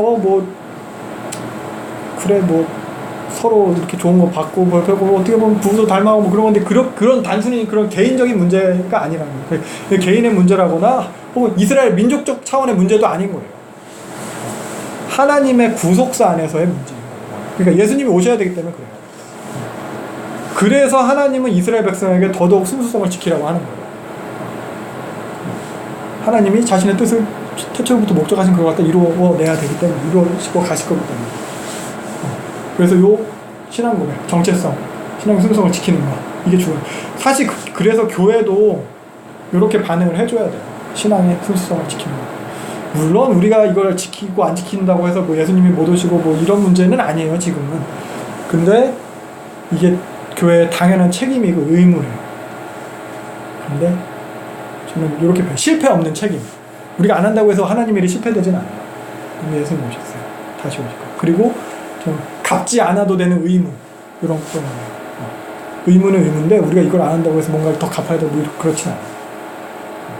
그래서 이거는 결국 명예에 대한 것 같아요. 그리고 제가 얘기하던 명예. 한다고 안 한다고 해서 뭔가 더 갚아야 될 게 생기고 뭐 실패하고 이런 게 아니라 명예에 대한 거예요. 우리가 그런 성도됨, 순수성, 신앙의 순수성, 신앙 고백을 지키는 거예요. 그래서 우리도 뭐 가끔 얘기하잖아요. 믿지 않는 사람이랑 결혼하면 되냐 안 되냐 이런 얘기할 때 이혼하고는 뭐 이혼하는 것 이런 거 얘기할 때 단순히 이게 맞다 저게 틀리다 이렇게 딱 잘라서 이야기할 수는 없는 것 같아요. 내 성도됨을 지킬 수 있다면 내 성도된 명예를 위해서라면 결혼할 수도 있고 이혼할 수도 있고 그럴 것 같아요. 그래서 바울이 고린도 후서에서 이런 얘기를 했거든요. 믿지 않는 자와 명예를 같이 매지 마라. 우리가 불법 여치 함께 한명 빛과 어둠 같이 사귀는 뭐 이런 식으로 해서 여호와 벨리알이 어찌 같이 있냐 이런 얘기하거든요. 그러니까 명예를 같이 매지 마라. 이혼하라 소리예요 어떻게 보면. 근데 또 고린도 전서에서도 이렇게 얘기해요. 믿지 않는 아내가 있으면은 그냥 같이 살아라. 살기 좋아하면 너를 통해서 네 남편이 또 믿게 되고 너를 통해서 아내가 믿게 되고 이런 얘기하는 거죠. 그러니까 내가 내 신앙 고백을 지켜서 선한 영향력을 줄 수 있다면 같이 살면 돼요. 근데 도리어 내가 그랑 동화돼서 똑같은 모습으로 된다면 같이 멍해를 매는 꼴이 된다면 하면 안 된다. 이런 식으로 생각을 할 수 있을 것 같아요. 아무튼 에스라서는 이렇게 마무리가 됩니다. 10장 44절 이방 여인과 통혼해서 자녀를 낳은 자도 있더라 뭐 이렇게 끝. 그래서 뭐 자녀를 낳았대요. 뭐 결국 그걸 청산하기가 쉽지 않았다는 거죠. 자녀가 있다면 되게 또 큰 어려움이잖아요.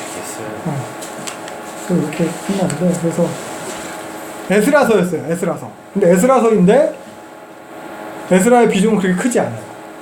전체 10장 중에서 마지막 4장에만 등장을 해요. 그리고 어떻게 보면 에스라서에서 보면은 성전 재건이 가장 큰 이슈 같은데 그거랑은 전혀 관계도 없고 막상 에스라가 등장하는 7장부터도 보면은 분량으로 보면은 7, 8, 9, 10 중에서 2장은 8장과 10장은 백성들 명단으로 그냥 다 떼워요. 그리고 7장도 보면은 반 이상이 아닥사스다의 조서 내용이에요. 그럼 결국 에스라가 한 게 제목은 에스라서인데 별로 그렇게 없어요. 비중이 그렇게 크지 않아요. 더군다나 아까 봤듯이 에스라가 귀환한 목적을 7장에서 강조하고 있죠. 성전과 그리고 율법을 갖다 가르치는 거예요. 성전을 섬기고 율법을 가르치는. 근데 율법을 연구하고 행하고 가르치는 일 요거는 사실 잘 나타나 있지 않아요. 이런 식으로 끝나기가 뭔가 되게 아쉬워요. 그래요. 왜 그런 것 같아요? 빨리 에스라가 끝났으니까 빨리 끝나면 좋은가? 그러니까 에스라의 등장으로 처음 등장하면서 소개됐던 것에 비해서는 내용이 충분치가 않아요. 그래서 10장의 내용을 봐도 별로 깔끔해 보이지도 않고 그래서 뭔가 더 이어져야 될 것으로 보여요. 그래서 느헤미야서가 이어지는 거예요. 그래서 히브리 전통은 한 권의 책인 것을 지지해요. 아까 말했던 초기 70인력도 그렇고 저도 한 권이라는 걸 지지하고 그래서 한 권이라고 여길 수 있는 정황들이 있는데 우선 보면 이제 뭐 문체가 비슷해요. 그리고 신학이 다르지 않아요. 에스라서와 느헤미야 신학이 율법이랑 성전을 같이 강조하고 있고 개혁적인 성격을 띠고 있어요. 구조적으로도 귀환과 그 개혁이라는 요 패턴이 반복돼요. 귀환하고 개혁하고 귀환하고 개혁하고 느헤미야도 귀환하고 개혁하고 이런 식으로. 그리고 내용도 보면은 뭐 백성들의 명단이 곳곳에 자주 등장하는 것, 그리고 왕들의 조서들을 갖다 계속 이렇게 사용하고 있는 것, 그리고 인물들의 기도가 계속 반복적으로 등장하는 것, 이런 것들. 그래서 비슷한 식으로 기술되고 있어요. 그리고 또 본문을 통해서 근거가 되는 거는 느헤미야서 1장 1절을 보면은 여기 우리 개혁 성경에는 아닥사스다 왕이라는 요 표현이 있는데 사실 히브리 원문에는 요게 없어요. 하갈의 아들 느헤미야의 말이라 제20년 기슬월에 내가 수상국인데 이거예요. 그러니까 어떤 그 뭐 책을 시작하는 데 있어서 그냥 내가 20년 기술월이 있었다 이렇게 시작하면은 연대를 갖다가 기술하는데 맞지 않잖아요. 이상하잖아요. 무슨 20년이라는지 알아야지. 그리고 그 개혁 성경은 여기 있는데 그리고 그래서 한글 성경도 그리고 대부분의 영어 성경에는 요 아닥사스다가 빠져 있어요. 그리고 한글 성경도 요 표준 세번역이나 뭐 가톨릭 성경이나 그런 부분들을 갖다 보면은 여기도 보면은 아닥사스다가 없어요. 개역 성경이 아닥사스다를 집어넣어요. 킹 제임스 뭐 이런 거, 메시지 성경, 바른 성경 이런 거에는 요 아닥사스다가 빠져 있어요. 아닥사스다가 들어있는 뭐 성경도 많이 한국의 성경도 들어있고요. 근데 아무튼 히브리 원문에 없으니까. 그래서 요 왕의 이름을 밝히지 않고 그냥 20년이라고 쓴 것은 독자들이 밝히지 않아도 누구든지 다 알고 있다는 전제하에 이렇게 쓰는 거거든요. 그래서 에스라서에 보면 에스라서 7장 이후로 아닥사스다가 계속 언급되고 아닥사스다 시대예요. 그거에 이어서 느헤미야서도 이렇게 기록하는 거예요. 20년에. 그래서 이런 식으로 해서도 느헤미야서가 뭐 한 권으로 될 수 있다. 이건 근거로도 제시될 수 있고요. 그리고 에스라서에서 아까 충분히 에스라가 행하지 못했던 사역, 그 율법을 연구하고 가르치는 사역, 요게 느헤미야서에서 완성이 돼요. 느헤미야 8장에서 8장, 9장, 10장 이게 다 에스라가 그 율법과 관련된 사역을 하는 거예요. 그래서 사실 에스라랑 느헤미야를 한 권으로 인정하지 않는다면은 에스라는 사실 느헤미야서에서는 한 번도 언급이 없다 갑자기 등장을 하거든요. 그런 등장도 좀 어색해지고 그래요. 그래서 에스라 느헤미야를 한 권으로 해서 구조를 보면은 이 정도의 구조로 생각할 수 있을 것 같아요. 그래서 귀환하고 개혁하고 귀환하고 개혁하고 귀환하고 개혁하고 이런 패턴으로. 그리고 또 에스라랑 느헤미야에 동일하게 반복해 등장하는 게 있는데 귀환한 가문들의 명단이에요. 1차 귀환자들의 명단 여기 딱 등장을 하고 여기도 동일하게 등장을 해요. 똑같이 1차 귀환한 가문들의 명단을 등장을 해요. 요걸 갖다 굳이 왜 했냐, 책 분량 채우려고 똑같은 걸 또 썼냐, 이게 아니고 요게 이제 문학적 기술 방식에서 이제 인클루지오 형식이다. 그래서 봉투처럼 봉투에 집어넣고 봉투에 앞을 닫고 뒤를 닫는다. 그래서 가운데에 내용물이 있는 거다. 이런 방식이라고 또 이야기를 하더라고요. 그래서 가운데 있는 내용이란 게 이제 성전 건축한 거고, 백성들을 갖다 다시 이제 개혁을 한 거고, 그리고 성벽 건축한 거예요. 요 내용을 앞으로 뒤로 닫아주고 있는 거예요. 그리고 요 모든 것들은 또 보면 다 백성들이 적극적으로 동참해서 이루어진 것들이거든요. 그래서 요 백성들의 명단을 갖다 이렇게 반복적으로 쓴 것도 결국 개혁의 주체이자 객체로서의 그 백성의 중요성을 강조하는 것이다. 이렇게 이야기를 하기도 합니다. 그래서 에스라 느헤미야서에서는 이렇게 성전과 성벽이 준비되고 백성들이 준비되고 그리고 이어지는 것이 이제 율법 사경회예요. 언약을 통해서 이제 새로운 공동체가 이제 완성되고 있는 거예요. 이런 식으로 해서 에스라 느헤미야서를 한 권의 책으로 보고 이해하는 게 더 나은 것 같아요. 그래서 당연히 느헤미야의 배경은 또 아닥사스다 때죠. 그래서 에스라의 배경이랑 이어져요. 그래서 아까 봤던 여기 아닥사스다 때인데 요 이집트 이나로스의 반란으로부터 이어지는 거죠. 이때 에스라가 귀환을 했잖아요. 그리고 나서 요 이방의 통합 문제를 해결하고, 그리고 아까 말했듯이 456년에 이집트 반란을 갖다가 진압을 시작을 해가지고 454년 2년에 걸쳐서 이나로스의 반란이 이제 진압이 돼요.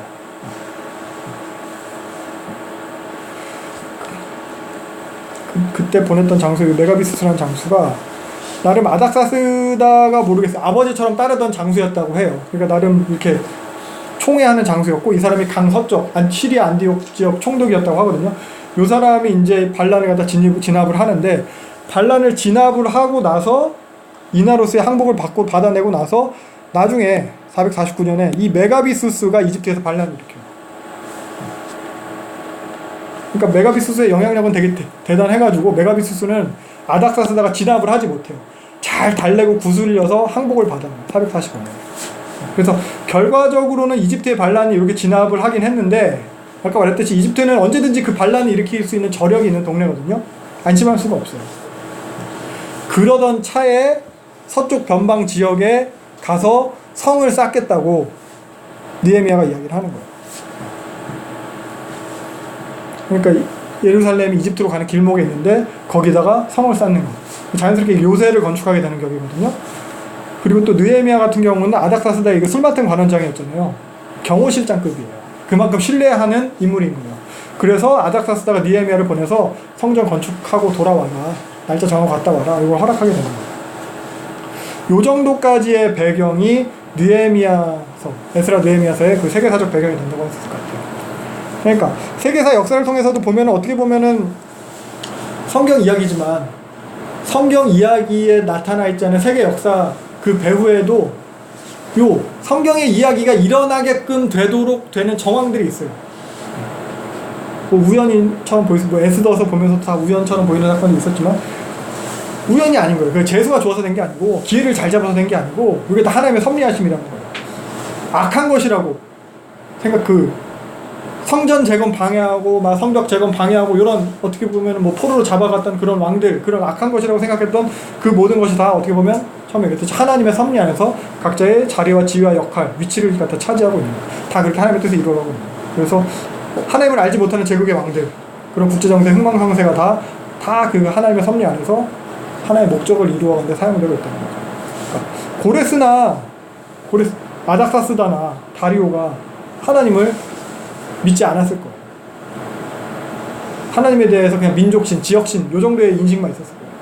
근데 그들이 하나님을 알지 못한 채로 했던 그런 뭐 방법들, 정책들, 정치적 의도를 가지고 행했던 그런 일까지도 하나님이 다 섭리하신다는 거죠. 그래서 우리가 생각하는 옳고 그름 혹은 우리의 범주를 그 뛰어넘어서 그 섭리하시는 하나님, 욥기 하면서 봤던 그 하나님, 그 얘기예요. 에스더 하면서 봤던 그 얘기예요. 하나님이 그렇게 섭리하고 계십니다. 근데 사실 문제는 하나님께서 그 섭리하시는 것에 따라서 하나님 목적과 뜻에 따라서 다 이루어지는 것, 그거라기보다는 그 하나의 목적이 우리의 입맛과 우리의 생각과 맞지 않는다는 것에 사실 문제가 있는 거죠. 우리가 기대를 한 대로 하나님께서 섭리하지 않았습니다. 우리는 어떻게 보면 여전히 우리 범주 안에서, 우리의 생각 안에서, 우리의 수준 안에서 하나님이 이렇게 해줬으면 좋겠는데, 근데 하나님이 우리가 그 수준에 머무는 것을 용납하지 않으신다는 거예요. 아까 말했지만 기독교 신앙은 성도됨은 옳고 그름이라거나 잘되고 못되고의 문제가 아니에요. 예수 믿는다고 잘된다, 예수 믿는다고 못된다, 이 문제가 아니에요. 이거 아니에요. 예수 믿으면 옳은 거고 안 믿으면 그런 거 뭐 그렇긴 하겠지만 이렇게 하는 게 옳고 저렇고 그 문제가 아니에요. 예수 믿는다는 것은, 기독교 신앙은 신앙 고백에 대한 것이고 그 명예에 대한 거예요.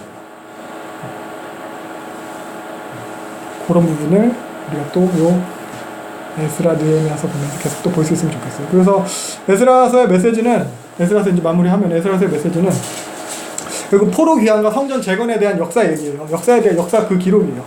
근데 이 역사 기록을 통해서 결국 그 하나님의 약속의 성취를 갖다 이야기하는 거거든요. 예레미야를 통해서 말씀하셨어요. 70년이 지나면은 바벨론은 망할 거고 니네는 다시 돌아올 거다. 그 약속을 하나님이 이루셨다는 거예요. 하나님의 말씀이 반드시 이루어진다. 그러한 언약 반드시 성취된다. 요걸 갖다 이제 에스라서를 통해서 보여주고 있는 거고, 그 하나님의 약속대로 언약의 성취로 예수님이 오신 거죠. 그리고 그 언약대로 또 예수님이 다시 오실 거고. 그리고 그래서 보면은 하나님께서 이스라엘 백성을 이렇게 회복시키는, 언약대로 회복시키시는 얘기인데, 이스라엘 백성이 뭐가 뛰어나서 잘해서 그걸 해주시는 게 아니에요. 여전히 불안정하고 여전히 세상과 타협하고 범죄하는 모습들이 있고 그래요. 그런데 그런 자격 없는 백성임에도 하나님이 그들을 포기하지 않으신다는 거예요. 택하신 백성, 하나님의 선택. 그래서 그 백성을 만들어 가시는 거예요. 지금 이 에스라 느헤미야의 새로운 공동체도 지금 하나님께서 만들어 가고 계시는 거예요. 1장에 나타난 그 영적으로 각성하게 하는 마음의 감동을 주시는 분도 하나님이에요. 이 사람들이 똑똑해서 나 혼자 깨달아서 이게 아니에요. 그래서 그들이 결국 영적으로 각성했죠. 희생과 결단으로 돌아왔어요. 근데 희생과 결단으로 돌아왔더니 결국 고통이 생겼죠. 근데 희생과 결단으로 인한 그런 고통이 불행이 아니라는 거예요. 다시 말하자면 되어가는 과정이라는 거예요. 대적들이 막 방해를 하지만 대적들로 인한 고난은 영원할 수 없어요. 느헤미야서에서도 보겠지만 그게 궁극적인 결국이 아니에요. 다 하나님께서 섭리 안에서 때에 맞게 그것까지도 쓰시는 중이라는 거예요. 그래서 보면 뭐 레위인과 제사장들이 앞장서서 범죄했지만 그들이 다시 돌아오는 과정을 거치는 것도, 또 에스라 본인이 그러한 죄악을 갖다 공동체의 죄를 자기 죄를 여기고 고통스러워하면서 그런 회개하는 그런 에스라의 모습도 다 그것도 하나님 만들어 가시는 과정인 거예요. 그들 죄를 지은 각각 개인을 위해서도 그리고 에스라를 위해서도 만들어 가시는 과정이고 또 새로운 공동체, 이 거룩한 공동체, 하나님의 백성을 만들어 가시는 과정인 거예요. 그래서 이 새로운 공동체에 대해서 우리가 이제 계속 이 에스라 느헤미야서를 통해서 봐 나가도록 하겠습니다. 그래서 뭐 에스라서를 통해서는 결국 이제 성전이 다시 세워지는 이야기를 했고 백성이 구별되는 이야기를 했어요. 이런 것들이 가지는 의미들이 다 있을 거예요. 요거는 이제 다음 시간 느헤미야서 같이 보면서 같이 또 정리해 가도록 하겠습니다. 네. 요 정도로 해서 에스라서 마치면 될 것 같거든요. 질문이 있다거나 이건 좀 내가 생각하기에 이게 더 맞는 것 같다거나 오늘은 있어도 안 돼. 도망갈 것 같아.